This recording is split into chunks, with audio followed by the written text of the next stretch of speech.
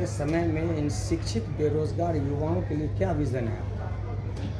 नहीं, शिक्षित और अशिक्षित बेरोजगार के लिए अलग अलग कोई विजन नहीं है। चलिए बेरोजगार मैं- के लिए विजन बताइए। मैं यहाँ जो बता रहा हूँ कि बिहार में रोजगार क्यों नहीं है, पहले ये समझिए। समझाइए। बिहार में लोगों को ऐसा लगता है कि सरकारी नौकरी के जरिए रोजगार मिल सकता है।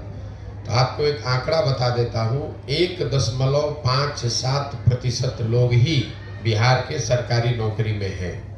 चपरासी से लेकर मुख्य सचिव तक अगर सबकी संख्या आप जोड़ दीजिएगा तो कुल जमा 1.5% लोग ही सरकारी नौकरियों में हैं। 98.5% लोग सरकारी नौकरी में नहीं हैं। तो निश्चित तौर पर सरकारी नौकरियों के जरिए तो लोगों को रोजगार मुहैया नहीं कराया जा सकता है। ये आंकड़े आज के हैं। बिहार में रोजगार क्यों नहीं है? रोजगार दो वजह से नहीं है। एक, यहाँ की शिक्षा व्यवस्था अच्छी नहीं है, और दूसरा, रोजगार के लिए लोगों के पास पूंजी पैसा नहीं है। जब तक इन दो बिंदुओं को नहीं सुधारा जाएगा, बिहार की शिक्षा व्यवस्था को बेहतर बनाना और लोगों के हाथ में रोजी रोजगार के लिए पैसा पूंजी देना, ये जन स्वराज का विजन है कि यहाँ पर स्वरोजगार कैसे आएगा, पलायन कैसे रुकेगा। शिक्षा की जो स्थिति है वो लोगों को पता है। यहाँ पर स्कूल से खिचड़ी बट रही है, कॉलेज से डिग्री बट रहा है, पढ़ाई दोनों में कहीं नहीं हो रहा है। तो शिक्षित बेरोजगार, आपको भले वो शिक्षित लग रहा है, वो शिक्षित है नहीं, वो डिग्री धारक बेरोजगार है। वो शिक्षित बेरोजगार नहीं है, डिग्री धारक बेरोजगार है। उसने शिक्षा नहीं ग्रहण की है, उसने डिग्री हासिल करी है। लेकिन जो दूसरी बड़ी समस्या है कि आखिर ये बेरोजगारी खत्म होगी कैसे? बेरोजगारी यहाँ खत्म होगी लोगों को पूंजी मुहैया कराकर। बिहार में जो बिहार से पलायन है वो सिर्फ श्रम का पलायन नहीं है, लोगों का पलायन नहीं है, बुद्धि का पलायन नहीं है। एक बहुत बड़ा पलायन यहाँ से पूंजी का पलायन है, जिसकी चर्चा यहाँ लोग करते नहीं है, जिनकी समझ ज़्यादा है नहीं लोगों को। पूंजी जो है वो रोजगार का सबसे बड़ा जरिया है। अगर मान लीजिए कि आपको बाल काटने आता है, अगर आपके पास 10, 20, 50 हज़ार रुपये हो और बैंक से आपको 1 लाख रुपया कर्ज मिल जाए, तो आप एक सैलून खोल लेंगे, उसमें 3, 4, 5 लोगों को नौकरी रोजगार दे देंगे। लेकिन अगर वो पैसा पूंजी आपके पास न हो तो बाल काटने आने के बावजूद जाकर किसी सैलून में आप नौकरी करेंगे, मजदूरी करेंगे। तो बिहार में पूंजी क्यों नहीं है? पूंजी के दो स्रोत हैं, इसको पहले ध्यान से समझिए। पूंजी दो तरीके से लोगों को मिलता है। एक, जो पैसा आप कमाते हैं, कमाने के बाद जो खर्च के बाद पैसा बचता है वही आपका मूलधन हुआ, पूंजी हुई। अगर आप 100 रुपया कमाए, 80 रुपया खर्च हुआ, 20 रुपया बचा, वही आपका पूंजी है। तो एक पूंजी का जरिया है बचत, दूसरा पूंजी का जरिया है बैंकों से मिलने वाला कर्ज। अगर आपके पास 20 रुपया बचा हुआ है, बैंक वाले आपको 50 रुपये कर्ज देंगे तो 70 रुपये का आप काम कर पाइएगा। तो बिहार में बचत इसलिए नहीं है कि यहाँ प्रति व्यक्ति आय है 35,000 रुपया। देश में प्रति व्यक्ति आय है 1,35,000 रुपया। तो 35,000 रुपया कमाने वाले समाज में इस महंगाई के ज़माने में बचत तो इतनी बड़ी हो नहीं सकती है कि आपके पास पूंजी आ जाए। दूसरा, जो बैंकों में पैसा जमा हो रहा है, बैंक यहाँ लोगों को पूंजी दे नहीं रहे, ऋण लोन दे नहीं रहे। इसका उदाहरण आप समझिए। देश में बैंकों के ऋण को नापने के लिए एक पैमाना है जिसको कहते हैं क्रेडिट डिपॉजिट रेशियो।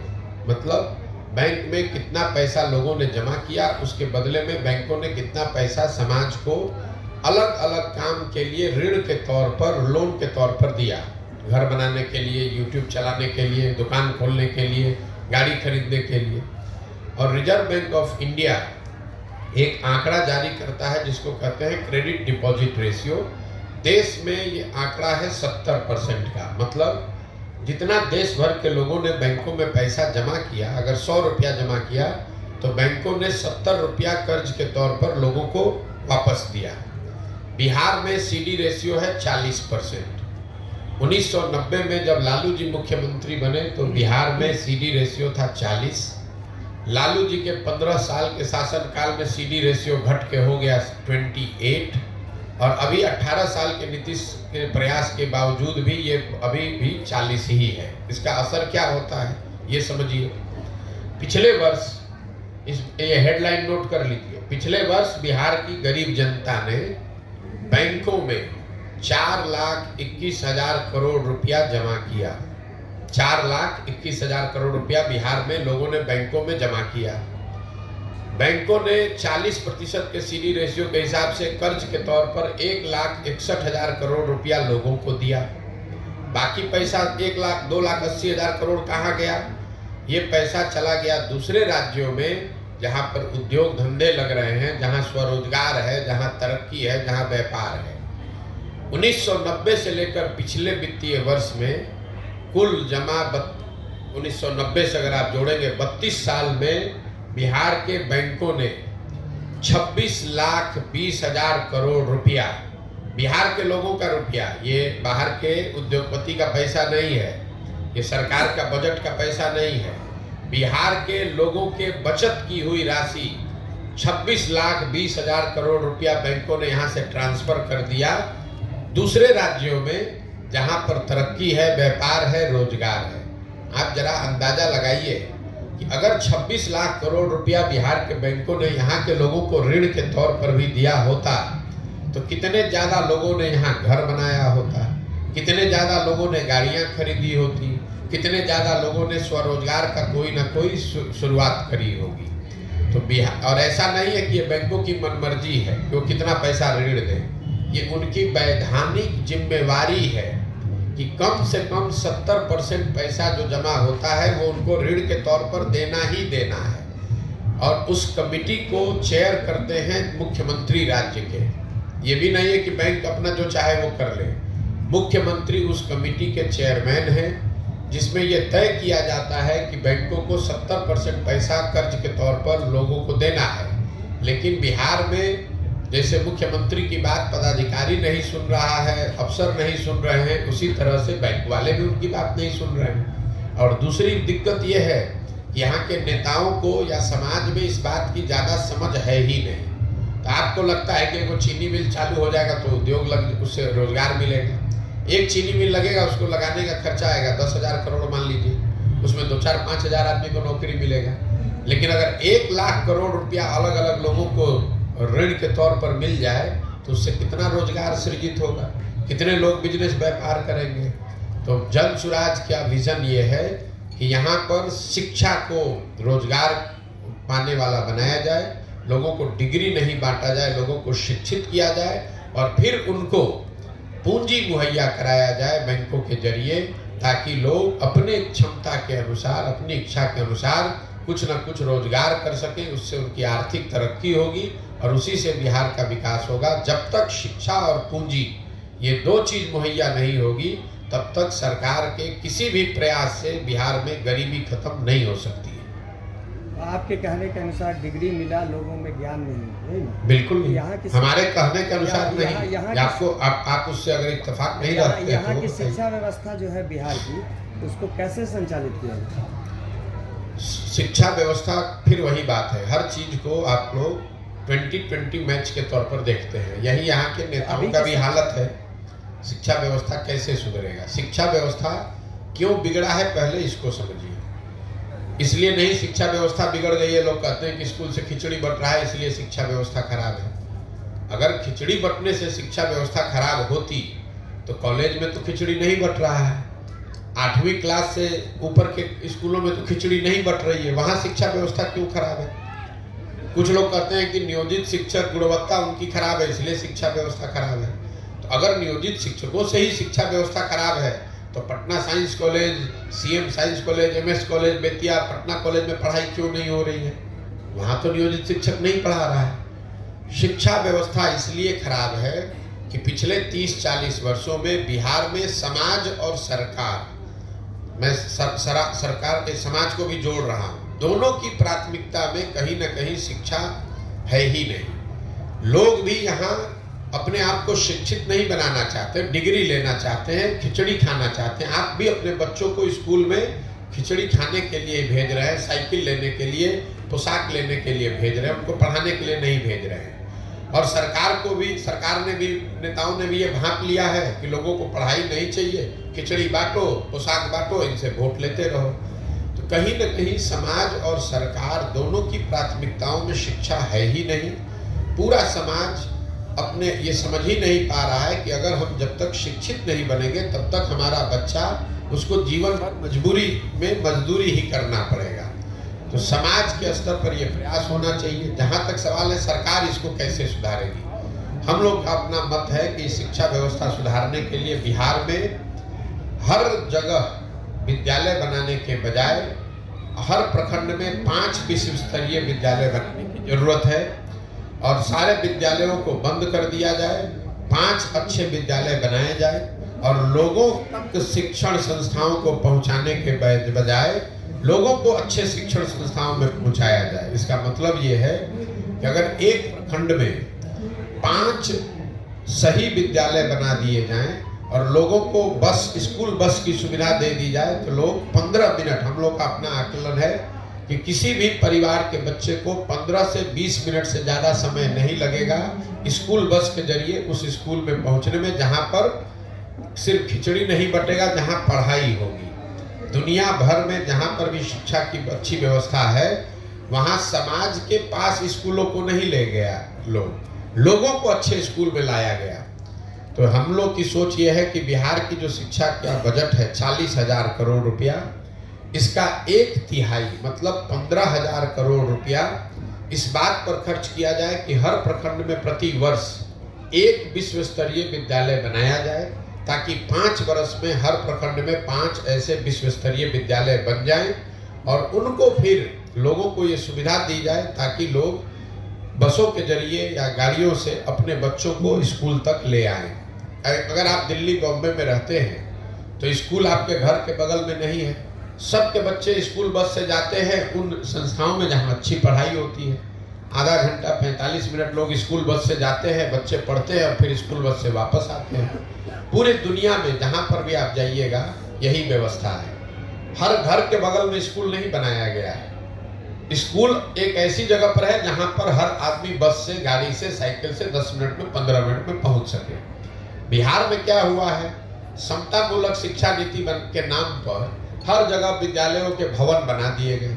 नतीजा क्या हुआ, जहां विद्यालय का भवन है वहां शिक्षक नहीं है, जहां शिक्षक है वहां भवन नहीं है, जहां दोनों है वहां बच्चे नहीं है, जहां तीनों है वहां पढ़ाई नहीं है। तो ये समता मूलक शिक्षा नीति बनाने के नाम पर पूरी व्यवस्था को चौपट कर दिया गया। जरूरत इस बात की है कि इस चीज को फिर से रीअरेंज किया जाए और सारी व्यवस्था को 4 या 5 बेहतर स्कूल बनाने के दिशा में समेटा जाए कि हर प्रखंड में कम से कम 5 अच्छे विश्व स्तरीय विद्यालय हों। अगर हर साल हम लोग एक विश्व स्तरीय विद्यालय भी बनाएं, क्योंकि पैसा इतना ही है बिहार में कि आप एक विद्यालय हर साल बना सके, मतलब 550 विद्यालय अगर डेली हर साल बनाए जाए अच्छे, तो वो सरकार बना सकती है। अगले 10 वर्ष में एक प्रखंड में 10-10 विश्व स्तरीय विद्यालय हो जाएंगे, बजाय इसके कि कहीं कमरा बनाए तो बेंच नहीं है, बेंच बनाया तो टीचर नहीं है, टीचर है तो पढ़ाई नहीं है, इसका कोई फायदा नहीं है। क्या एक रिक्शा चलाने वाले से लेके राज्य और देश को चलाने वाले पूरे सिस्टम के बच्चे एक ही स्कूल में पढ़े, ये उपयुक्त नहीं होगा, ये बेहतर नहीं होगा शिक्षा के क्षेत्र में? नहीं, हम लोग लोकतांत्रिक देश में रहते हैं और ये कहना कि सारे लोग एक विद्यालय में पढ़ेंगे उससे शिक्षा की व्यवस्था अच्छी हो जाएगी, ये लोगों का भ्रम है। ऐसा दुनिया में कहीं कोई प्रमाण नहीं है। लोगों के पास विकल्प होना चाहिए, अच्छे विद्यालय का, अच्छे सरकारी विद्यालय का और अच्छे प्राइवेट विद्यालय का। उसके बाद उनकी अपनी क्षमता है, उनकी स्वेच्छा, उनकी मर्जी है कि वो कहाँ अपने बच्चों को भेजना चाहते हैं। जरूरत इस बात की है कि सरकारी विद्यालयों को अच्छा बनाया जाए। विद्यालय अच्छे नहीं है और सब पर कानून बनाकर कहा जाए कि आप अपने बच्चे को भी यहाँ पढ़ाइए, वो तो वही हुआ जो बिहार में हो रहा है पिछले 35 साल से। समता मूलक समाज बनाने के नाम पर सबको अनपढ़ बना दिया गया, बन गया समता मूलक। पूरा बिहार गरीब हो गया, कोई अमीर नहीं है तो हो गई बराबरी सबकी, आपस में सब बराबर हो गए, सब गरीबे हैं यहाँ पर।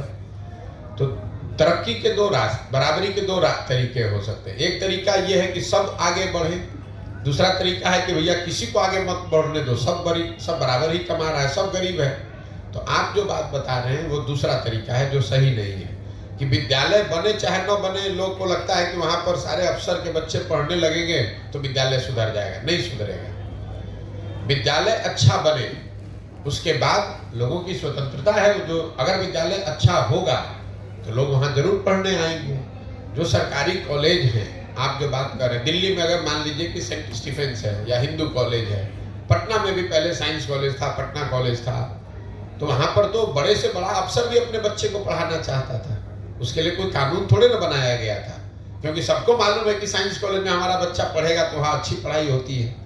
तो बहुत बड़े आदमी का बच्चा भी प्राइवेट स्कूल में 12वीं नहीं करने जाता था, वो साइंस कॉलेज में पढ़ने जाता था। तो वो कानून बनाने से चीज़ें ठीक नहीं हो सकती हैं, आपको व्यवस्था सुधारने की जरूरत है। एक और सवाल है कि आपने तो कई राजनीतिक दल के लोगों का काम करके काम बना दिया है, और अब आपके दिमाग में इस तरह की बात आई है, जो मिशन है आपका, और ये अच्छी बात है, इसकी सराहना अधिक हो रही है, कई तरह की टिप्पणियां भी हो रही हैं उसके पीछे। बहरहाल पीछे की बात मैं नहीं पूछना पड़ता, ये पूछना चाहता हूँ कि ये बात आपके दिमाग में आई कैसे, और बिहार की ज़मीन को आपने बहुत अच्छे से देखा है, और अब तो आपका यात्रा भी बहुत लंबा हो चुका है।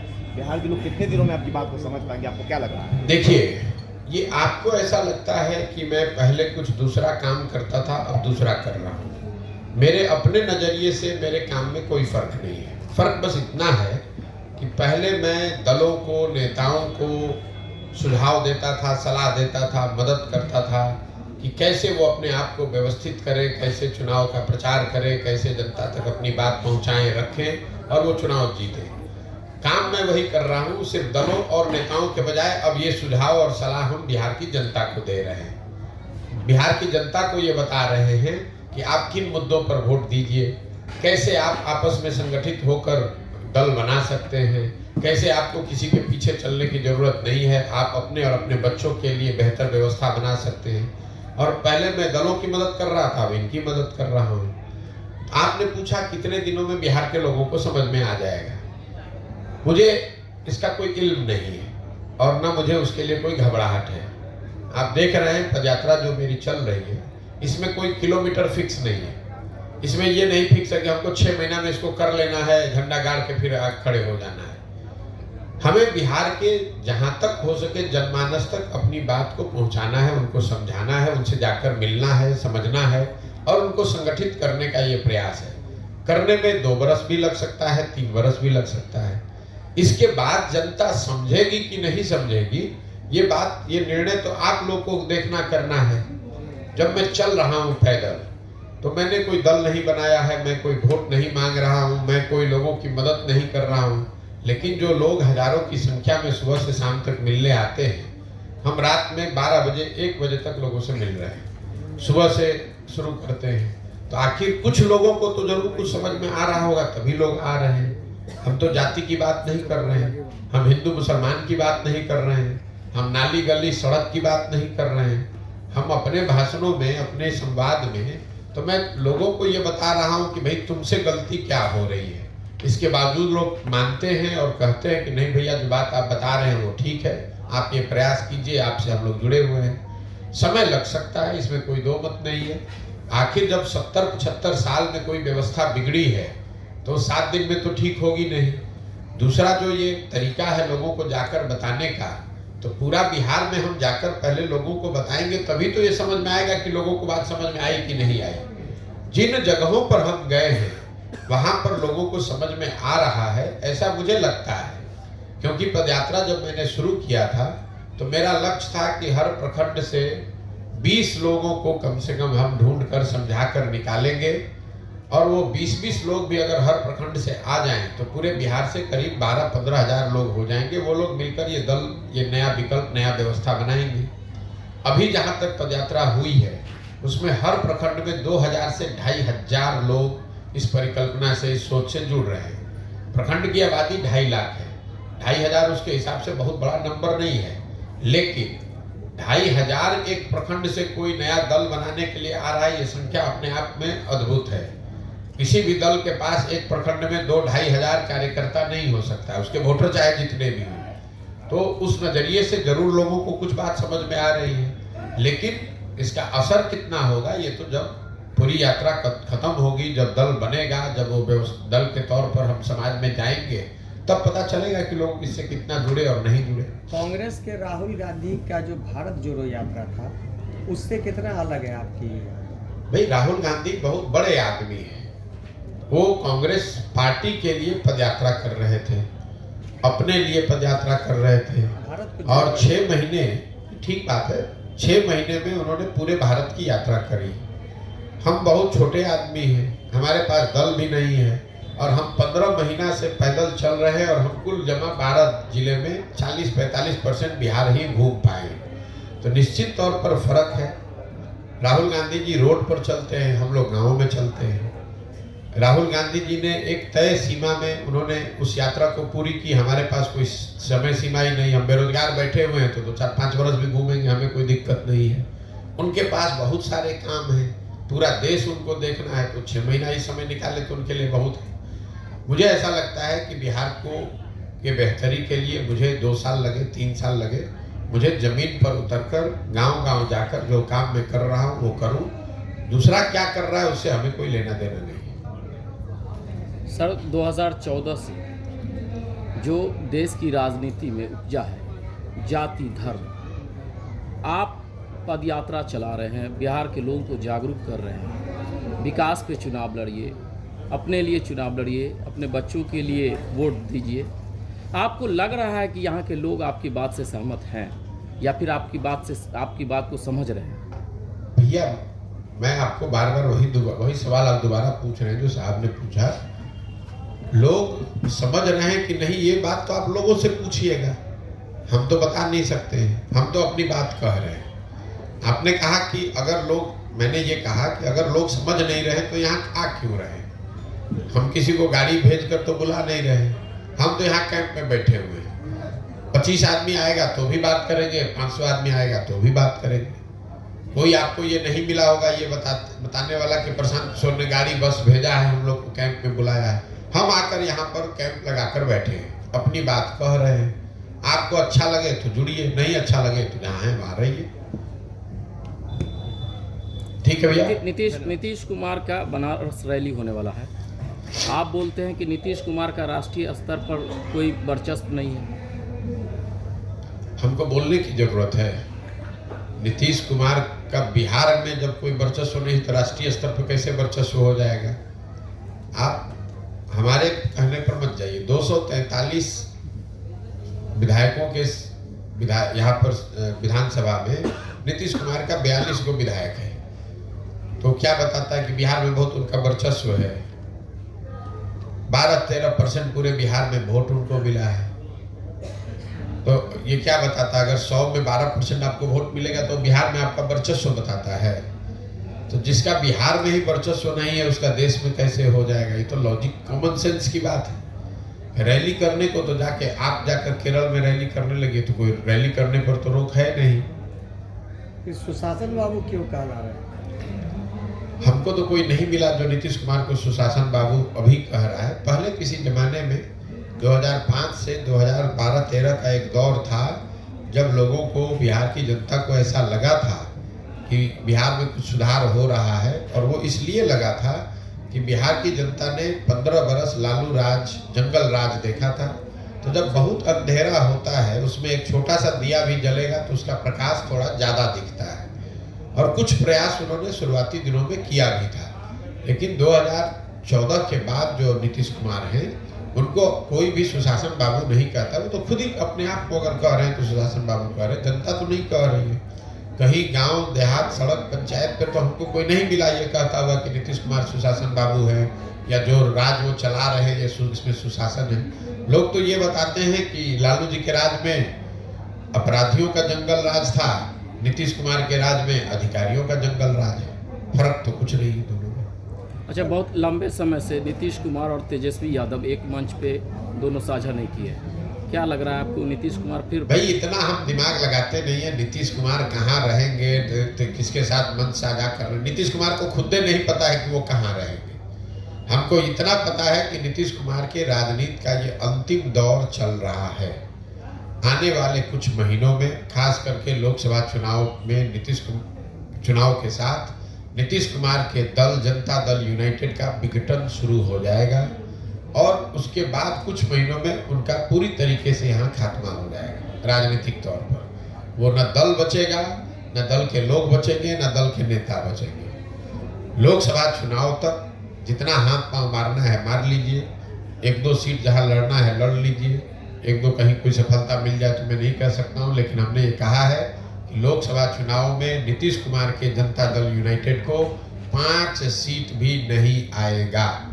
अगर आएगा तो हम बिहार की जनता के सामने खड़ा होकर अपनी गलती मानने को तैयार हैं। तो आपके हिसाब 5 सीट भी नहीं आएगा, उनको नहीं आएगा, उसके बाद उनके दल का विघटन होना अवश्य भावी है। सर, बिहार की राजनीति को आपने नज़दीक से देखा है, कितना भी विकास की बात कर लीजिए, लेकिन जब वोट का वक्त आता है तो वही जाति देखी जाती है।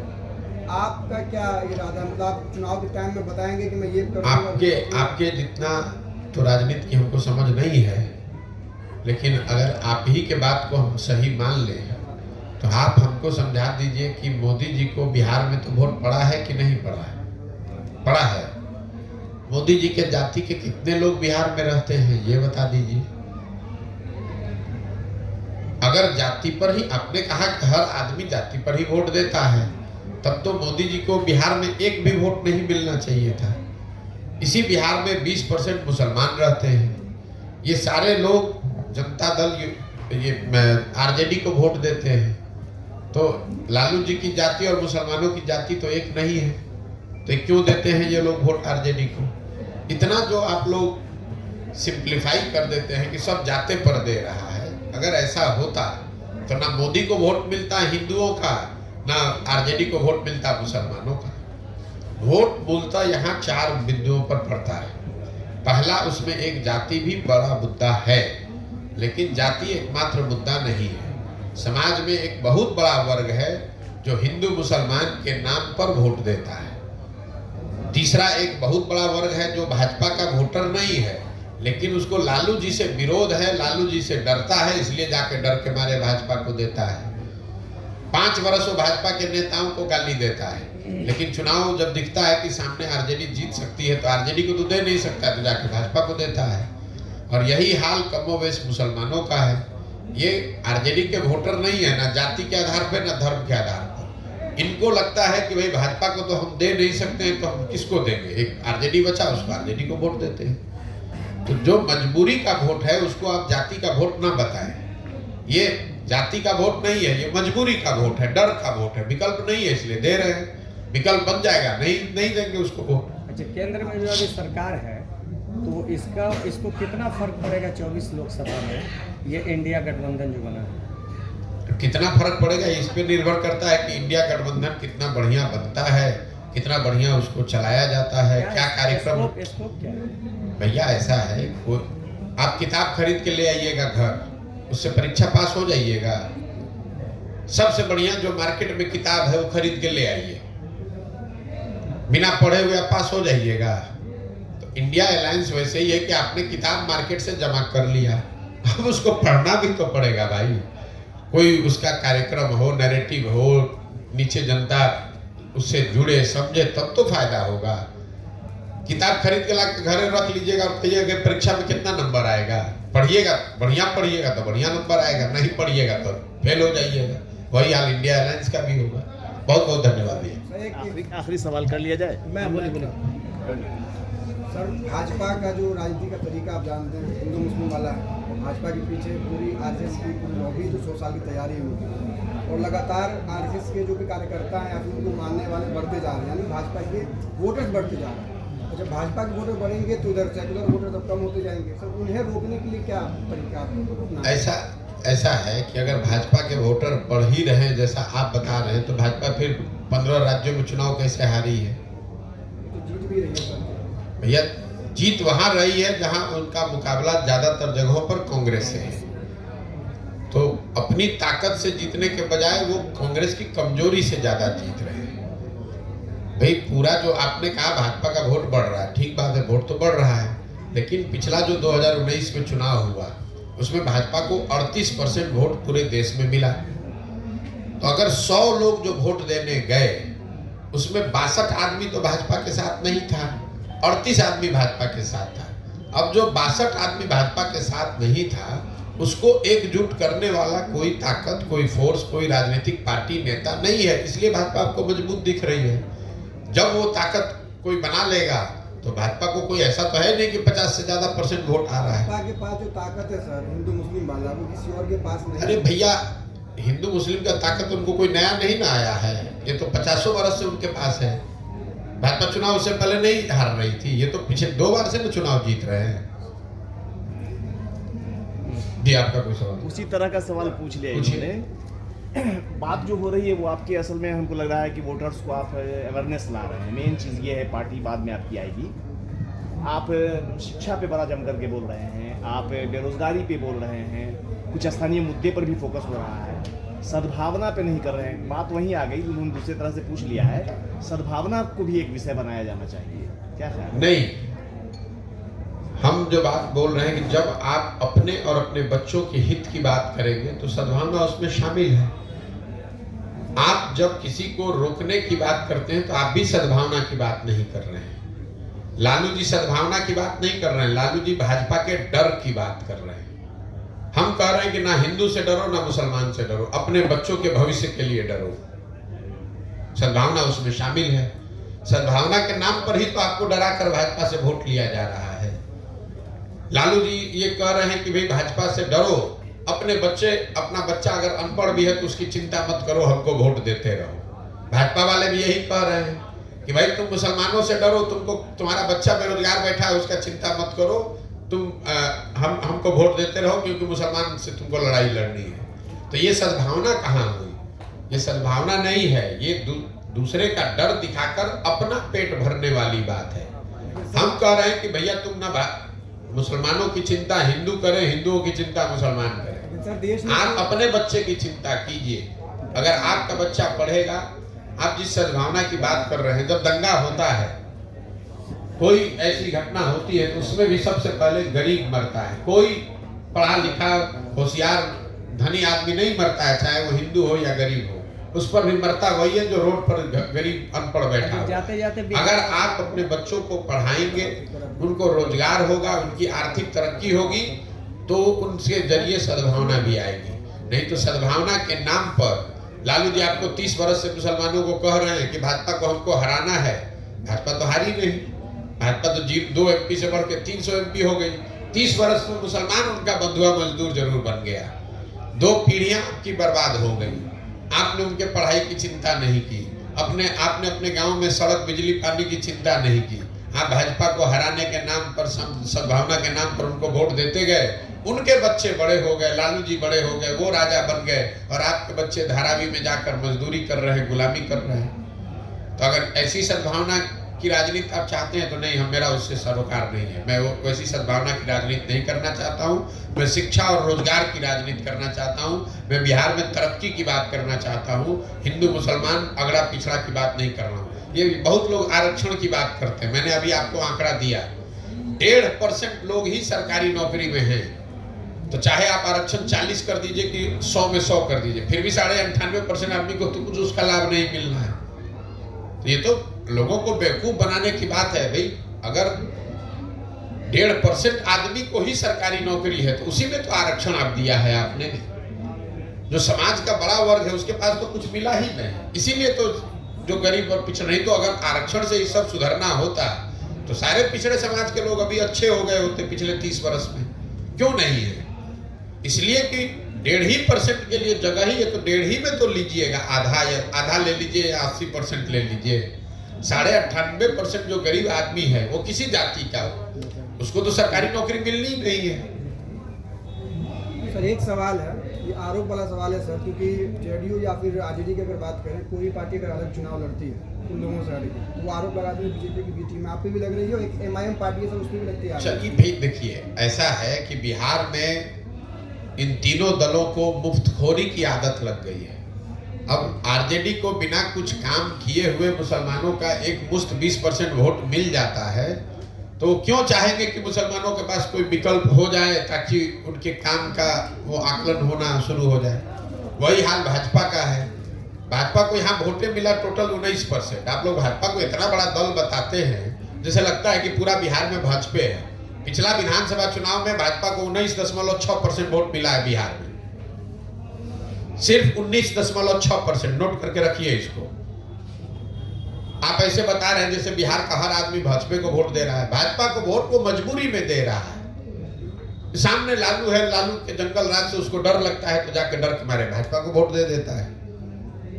देश में उसको कोई दूसरा विकल्प दिख नहीं रहा है तो दिखता है भैया ये लालू के दादर से तो अच्छा है, चलो मोदी को ही दे दो, इसलिए वोट मिल रहा तीसरे है। विकल्प के रूप में आप हो सकते हम कोई तीसरा विकल्प नहीं, एक ही विकल्प है जो शिक्षा, रोजगार और तरक्की का विकल्प है, वो जनता का विकल्प है। वो विकल्प बनाने का प्रयास कर रहे हैं। जब विकल्प बनेगा तो आप देखिएगा ये दोनों का दोनों कट के साथ हो जाएगा। लोग इतना त्रस्त है बिहार में, चाहे भाजपा हो, जदयू हो, आरजेडी हो, लोग इतना त्रस्त है। कौन नहीं चाहता है कि उसके बच्चे को अच्छी पढ़ाई मिले। आप देश में सबसे गरीब पिछड़े हैं, आपके घर के सारे लोग पूरे जीवन मजदूरी करते हैं, किसको अपना जिंदगी नहीं बदलना है। बहुत बहुत धन्यवाद।